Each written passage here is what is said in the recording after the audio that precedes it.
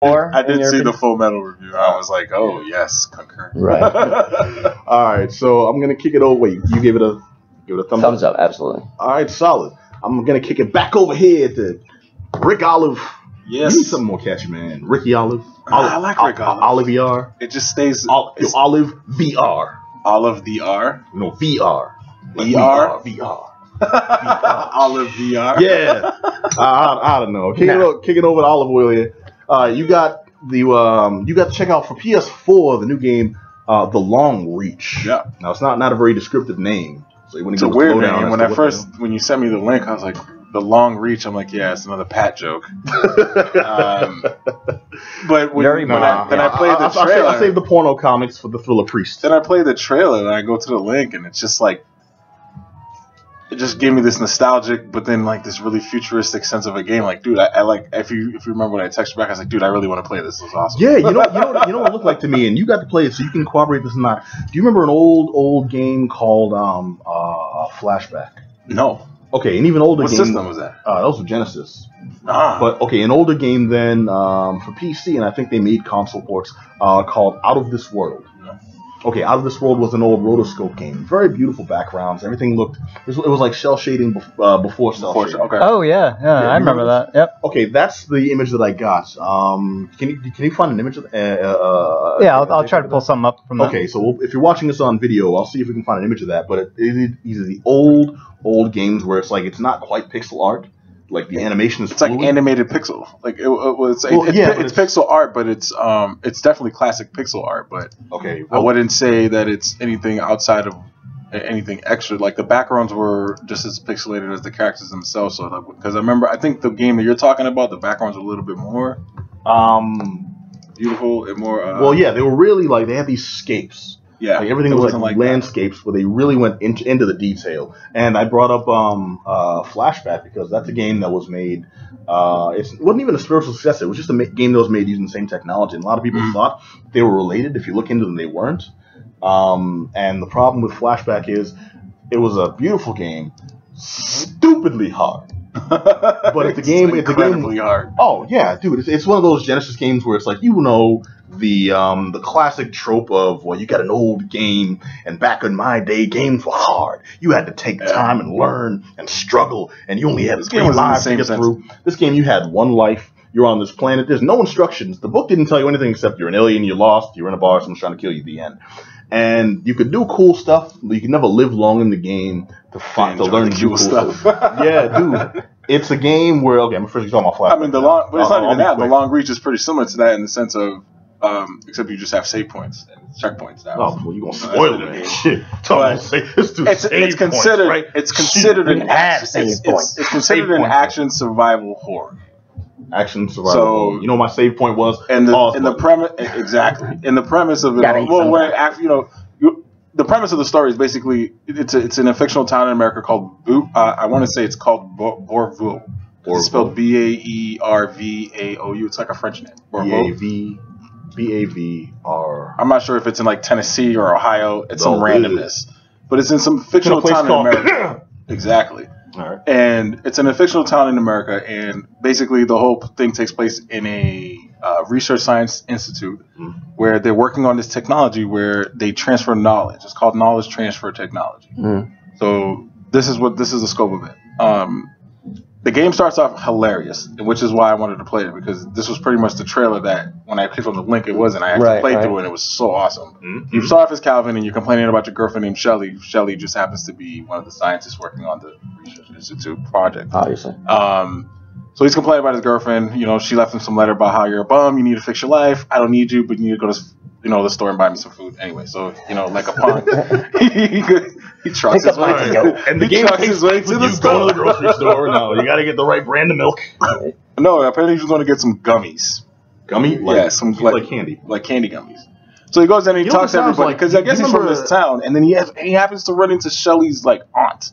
And he's having this, and he sparked this great conversation about how, she's such a good girl. She's like super strong woman. She's gonna lead the way. And he's like, yeah, she's also blah blah blah. I don't want to say the word. It sounds like Shenmue, where you can an object in the game will be, well, you got to ride the bus to the corner store, and then you got to pay for the goods, and then you ride the bus home. Shenmue though, a lot. Yeah, Shenmue was okay. Shenmue was great for the cast. It was a Dreamcast. It was a Dreamcast game. It was one of the originals. All right, we'll talk about that. Long story short, because you'll go into a rant and we'll argue all night. I actually like Shenmue. Haven't done that before. I appreciate Shenmue for what it did. So basically, what happens is something goes wrong, like every movie or video game with a research institute working on some new technology, and because it's knowledge transfer technology, apparently everybody's nightmares have been projected onto the town. So people go into the psychological crazy rage if they're affected by it. Okay, that sounds dark. I don't want to go into detail about how what happened because that's such a huge part of the story of how why it happened. Mm-hmm. So that one you'll have to discover and play the game just to figure that out. But everybody gets affected by it. So you can be in any situation randomly and get attacked like some. But everybody's iteration of this psychological rage is different. So you got one guy who... So it's their own nightmares, like, so I'm like talking to pee and all of a sudden like a giant shark.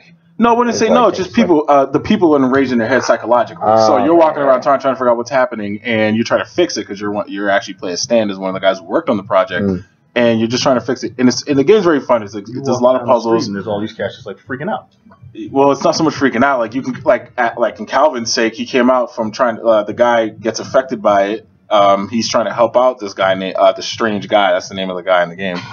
So the Strange Guy goes nuts in the store, his hometown little convenience store, and he runs into her aunt. The aunt's there. Everybody's there trying to help this guy. He goes back to make a phone call, and then he hears this rummaging stuff being broken, yelling, "Oh my God!" Comes back out. Everything's dark. There's a whole bunch of blood on the floor. Somebody's face got hacked off. Jesus. Yeah, and this is a pixel art game. And he picks it up and wears it. And then all of a sudden, the Strange Guy comes up behind me, knocks me the hell out. I fall, and then he takes an axe to my back and chops me in half. Strange Guy, what the hell? Classic Strange Guy. Yeah. I mean, Strange Guy, I had your back, man. What's going on? He just said, and his conversation with Strange Guy was pretty hilarious. It was, "Hey, Strange Guy, hey, what's wrong?" Okay, I'm gonna go into the back and get some help. So like, so you just walk away from the Strange Guy who didn't answer you. Like, all right, I hate to live in a world. Don't ever turn your back on. No wonder Shelley left you, Calvin. No wonder Shelley. Seriously. But the game moved forward. After that, I love the intro. The intro captured me, and I loved it. And moving forward, the game goes right into the research institute, where most of it takes place. And you're just basically rummaging around this huge facility, trying to figure out what's going on, trying to solve the issue. You pick up random items, and everything you pick up pretty much has a use. A bottle of water can potentially be of use down the road. You just have to keep it in your inventory. You have to look for certain keys and whatever. While dodging people within the institute who are enraged and psychologically just psychotic, and you can walk down the hall into another room and some guy's eating somebody that he just killed. Look at this.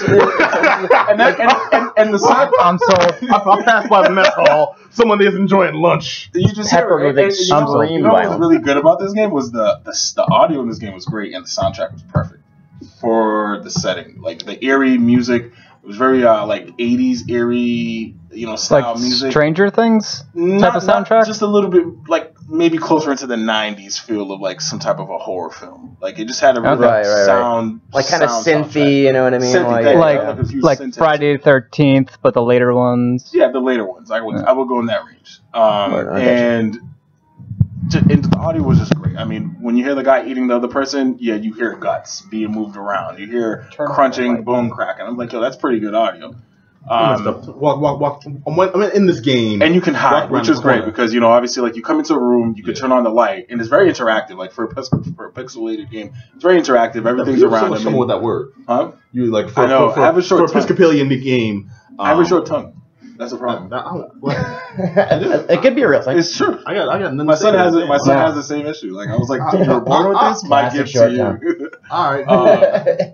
But the game was fun. The puzzles are great because you're scaling different floors. So something that you need on the fourth floor of the institute can be needed and used down on the first floor. Then unlocks another level of the game, and then you're moving forward.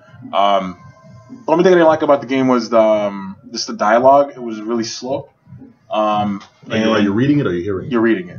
And there's like just sound effects. That's all you get in the game. It's music, the background music, the sound effect, the opening of doors, the closing of doors and stuff. But most of the dialogue takes place to you reading it, which is fun. You get some type of option with certain dialogues. Most of the time it's very linear, it's very direct. It just kind of guides you just to get you through the story. And then I'm leaving it there because I'm halfway through it and I actually enjoyed it. I'm pissed that I didn't download it for my Vita because it's something I would love to play on. Wait, can you do that? Yeah. Like if you have a Plus account, you can be able to like move stuff. If it's compatible, you can move it from back and forth. And it was announced for the Switch as well, so you can get this on PS4, you can get this on Switch, you can get this on Xbox One. Definitely a great indie game. It's made by Painted Black. I want to say Painted Black Games, and like the Rolling Stones. Yeah, pretty much. That's the first thing that popped in my head when I heard it. And that's pretty much it. Like that's my review. I give it 2 thumbs up. It's a great. The puzzles are pretty interesting. Like they're puzzles, and then like they're logical puzzles. Like there's logical solutions to the puzzles, but it just takes time for you to like you may need like this piece of wrench, but the wrench is on the 5th floor, so you want to know the wrenches in the game. That's why you're collecting all these things. So you have to go around. I gotcha. And then you put it together, and it's pretty fun. And I don't know how long the game is, but I'm pretty sure it's long enough to enjoy it. How long have you been playing it so far? I got it on Saturday, and I gave it a good 6-7 hour rush. Mm-hmm. So I'm assuming I'm halfway through it. All right. So, now you haven't mentioned like how you operate in this game offensively. You said offensively, there's a lot, but you get weapons. You get to pick up like a pipe, obviously. Like you get a bunch of stuff. And weapons. So the action is after you smoke up. They definitely needed it. You attack, but it's a lot of running because once they're in psychological rage, they're like uber powerfully adrenaline rush characters. Mm-hmm. So like I told you, Calvin walked out of the back room. The guy just came out of nowhere, bashing me in the back of the head. I'm sitting there like. Strange guy, you didn't even give me 5 seconds to defend myself. That's awesome. And then he hacked me with the axe. I'm like, wow, strange guy, that's pretty cool. So can you defend, or is that just part of the story? No, that was just part of the story for that piece. Now, once the game, once you get full control of the main character stand and you play the game, you definitely get to defend yourself. You just have to be realistically thoughtful of your approaches in your battles. Because again, they're in an adrenaline race, so like they're gonna overpower you in a second. You're like halfway scared through the game, so. You get to defend yourself with a pipe. I did a lot more hiding than I did fighting, but when I had to smash somebody's head in with the pipe and wipe them out real quick, I did, and it was fun. It was very gory. Why you say it all banal like that? Well, when I had to smash someone's head. I think I'm desensitized. I play so much violence. Someone's head. It came out their mouth. This dude, strange guy, came up. Got to put hands on me. You put hands on him. This dude won't play rough with hatchets. Take this. I think Calvin forgave the strange guy because strange guy killed his girlfriend's aunt. So I think he was a wash. Okay, so it's like you take out the mother-in-law, suddenly you get brownie points. And it's like I can take a little punch in the back. You should have read the letter though. It was pretty bad. Get a life, but go buy me some food. Like, oh yeah, really, Shelly? Kick rocks. Yo, damn, you can kick rocks, Shelly. Wait, so I'm getting my stuff, and I'm gonna get gummies for myself. What kind of domestic violence simulator was this? Hold on a second. It was a great game, man. Thanks for the code, man. It was really fun. All right, so the game is you would like it. It's definitely up your alley. I'm liking what I'm hearing until you got to. It's like, all right, well then I grabbed the knife and I cut him, and then dude hit me, and then I went back home and got yelled at by my girlfriend. Damn, just like that. All that's falling apart around you as well. You're still getting yelled at by the girlfriend. Go pick me up my order. Yeah, like it's like that. I got a calzone. Remember Max Payne, where there's a whole level where you have to you have to hear a baby crying in the back. I imagine that was such a great game. But you playing long reach, like you're getting chased by people who are eating like other people's faces, and the whole time you hear, why do you get milk? What you want? Get back in the job. This whole time, like there's only one sip of milk left in the fridge. Psychological warfare. Pop some painkillers. Like that's what I used to love about it. Just pop mad painkillers. Like seriously, that whole game was like drugs are your friend. Like Max Payne wasn't like the most. They're your only friend too. Addicted person on the planet. You choose so many painkillers during that game. You know what I'm upset about? If they do the long reach like they did Max Payne with a movie star and it probably wouldn't be. Wahlberg was in the movie, wasn't he? Yeah, Wahlberg. It was horrible. Garbage ass movie. So garbage. At one point in the movie, this dude gets up. He takes those painkillers, gets up. He's standing outside, roars, and 2 buildings behind him blow up. What was up with I'm throwing it out there. What was up with the supernatural aspect of it? Of Max Payne? Yeah. I don't know where they were going with that film. I can't remember. I just remember there being some type of crow lady. I'm like, where the hell did that come from? Okay, well, the game at least. I can't speak for the movie. That mess. The game, he's dying. Yeah, and the thing is, he just needs to stay alive long enough to kill the people that killed his family. Yeah, he's completely okay with being on the way out. Yeah, and the whole thing, he's drugged out the whole time. He's bleeding to death the whole time. And you just have to live long enough to take these fools out. And somehow, I need to kill like the junkies that broke into my house. Starts off with that till suddenly I'm taking out the mafia and I'm using the environment and to work my way up to like the corporate.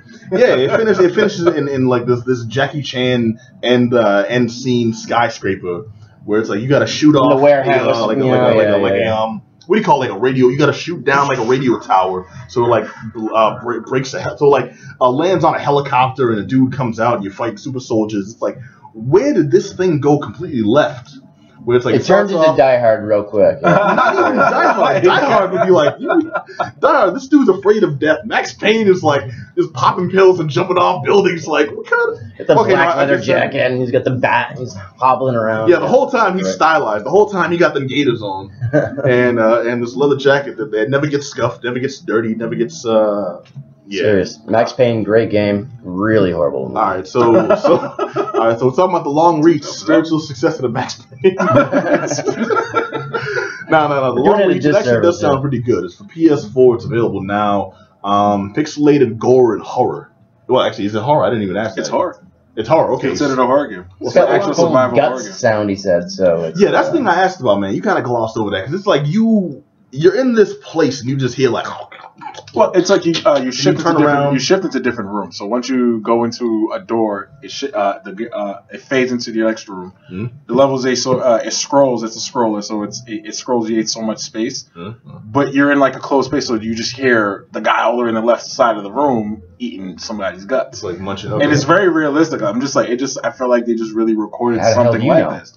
I don't know. So I'm really good with audio. It was very vivid, and the ambiance of the music added to that, which sold it. And it was just, you hear everything. You hear your footsteps. You hear when you pass by the paper. You hear the paper go.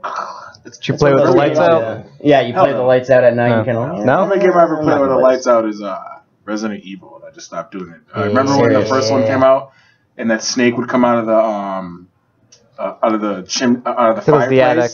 It was the attic, right? The attic in the fireplace. Yeah, my cat at that time simultaneously, and I was in the dark.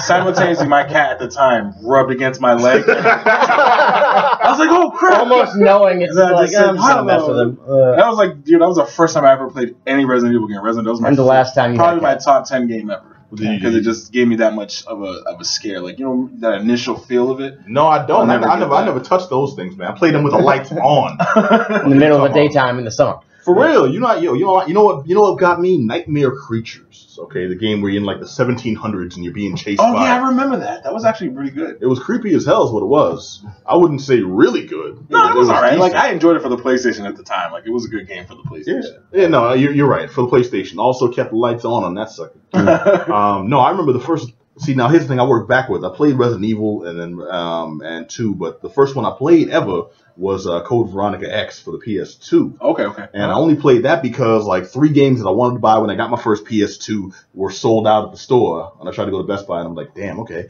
I really want something. I got to play this damn system. I got it. I know, right? What can I get? Okay, Code Veronica X. What's that?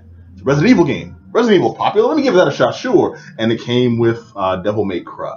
Oh yeah. Oh, that's a great combo. Yeah. So I got Code Veronica X. Played it the first time. Those dogs jumped out of me from an alley. I'm like, you know what? Them dogs. I hated those dogs. Oh, good.